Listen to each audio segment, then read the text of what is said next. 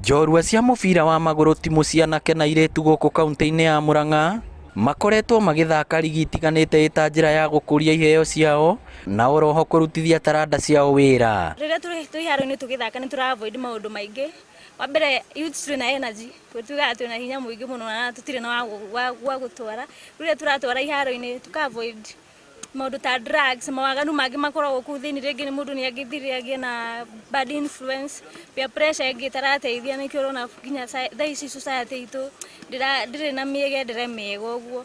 Thĩna mũnene ũgũmagĩra athaki aingĩ gũkũ Murang'a nĩ kwaga kũndũ kwega mangĩhũrĩra mũbira, amu iharo hakuhĩ ciothe cikoragwo cienjekete. Ũkoraga iharo cina mĩriko tondũ itikoragwo na drainage njega, no hoe iharo citũ ithondekwo nĩgetha rĩrĩa mũthaki arathakĩra kĩharo ndangĩthiĩ ahĩngĩcwo nĩ mũriko aunĩke. No twende ona ithuĩ tũheo iharo, ona mũndũ agĩthaka wakĩona ka injury rĩ na ũgagĩthondekithagio nginya no thirikari, mũthaki wa mũbira ahane tarĩ mũndũ mwandĩke. Thĩna ũngĩ nĩ thogora wa mĩbira na uniform, thĩna ũrĩa ũninaga nyota ya andũ ethĩ arĩa marĩ na iheo cia mathako, amu ona mena wendi mũnene matirĩ ũhoti wa kwĩgũrĩra indo ici.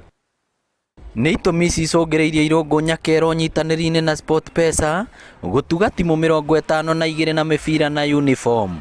Na timu 52 cia kuma kũrĩa wodi nĩcio twahotire gũthura na kuona atĩ no tũhote gũkorwo tũkĩmateithia na njĩra ya mĩbira na njĩra ya uniform nĩguo mambĩrĩria kũhũra mĩbira makahana me professional biũ. Nyakera augĩte ĩno nĩ njĩra ĩmwe ya gũtũma andũ ethĩ magĩe na nyota wa kũhũthagĩra taranda ciao wega, agĩikia ihoya kũrĩ atongoria othe na andũ a wendi mwega gwĩkĩrĩra harĩ mathako ngũrani. Ciana ici cirathoma sports, cireka sports, cirathaka mĩthako ĩno, nĩcio rĩu cirambĩrĩria kũmenya ũhoro wa leadership, nĩcio iramenya ũhoro wa gũcinda na gũcindwo. Mĩbira ĩno na uniform ici itanyĩtwo kũhe timu iria ikoragwo matũra-inĩ hinya, kuona nĩ irĩ goro mũno rĩrĩa mũndũ aregũrĩra. Ngĩribotera Inooro TV kuma kaunti ya Murang'a, rĩtwa rĩakwa nĩ Victor Kĩnuthia.